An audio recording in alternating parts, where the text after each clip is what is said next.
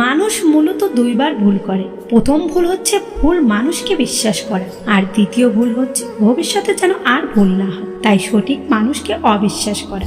একজন জিজ্ঞাসা করলো, মা আমাদের কোলে নেয় এবং বাবা আমাদের কাঁধে নেয় কেন? তখন একজন তাকে উত্তর দিল যে মা আমাদের কোলে নেয় কারণ মা চায় আমি যতদূর দেখতে পাচ্ছি আমার সন্তান ততদূর দেখুক, আর বাবা আমাদের কাঁধে নেয় কারণ সে চায় তার সন্তান তার থেকেও দূরে দেখুক। চারটি বস্তু মানুষকে উন্নত করে: বিদ্যা, ধৈর্য, দয়া এবং সদ্ব্যবহার। চায়ের সাথে বিস্কুট আমাকে একটা শিক্ষাই দিয়েছে, কারো প্রতি এতটাই ডুবে যেও না যে শেষ পর্যন্ত তোমাকে ভেঙে পড়তে হয়। মানুষ যখন কিছু হারাতে শুরু করে তখন সে একসাথে অনেক কিছু হারিয়ে ফেলে। ভেতর থেকে ভাঙতে ভাঙতে একটা সময় মানুষ মানতে বাধ্য হয় পৃথিবীতে সত্যিই কেউ কারো নয়। সে আমার ভালোবাসা চাইল, প্রয়োজনে সঙ্গ চাইল, বিপদে সাহায্য চাইল, অথচ আজীবন আমাকে পাশে চাইল না। কিছু মানুষ আছে যারা জেদ বজায় রাখতে গিয়ে সম্পর্ক হারিয়ে ফেলে, আবার এমন কিছু মানুষ আছে সম্পর্ক বাঁচিয়ে রাখতে গিয়ে নিজের আত্মসম্মান হারিয়ে ফেলে।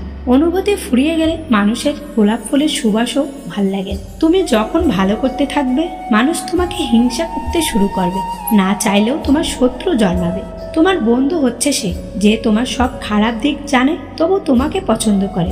স্ত্রী কথা মতো চললে কি হয়? স্ত্রী হলো আদরের জিনিস। বেশি শক্ত করে ধরলে বেঁকে যাবে আর ছেড়ে দিলে বেহায়া হবে।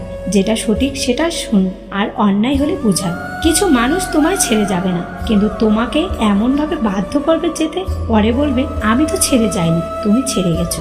অত্যাধিক রাগ কারোর জন্যই ভালো নয়। রাগ মানুষের মনুষ্যত্ব ও ব্যক্তিত্ব দুটোই ধ্বংস করে দেয়। নারীকে হয় সবটা দিয়ে ভালোবাসো আর না হয় ছেড়ে দাও। মধ্যবর্তী ভালোবাসা তাদের সহ্য হয় না। জীবনে যে বিষয়গুলো নিয়ে আফসোস করবেন না।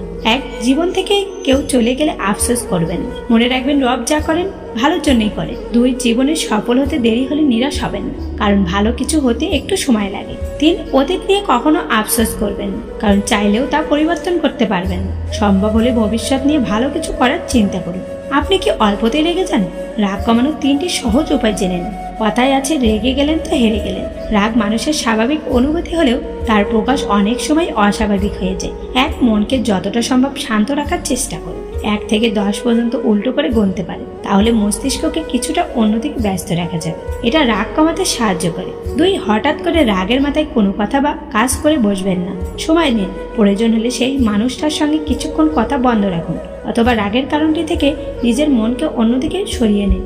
আপনি যখন রেগে আছেন স্বাভাবিকভাবে আপনার মধ্যে নমনীয়তা কাজ করবে না, আর তাই হঠাৎ করে এমন কিছু কথা বলে ফেলতে পারেন যা অন্যের কষ্টের কারণ হতে পারে। তাই রেগে থাকার সময় কোনো কথা না বলাই শ্রেয়।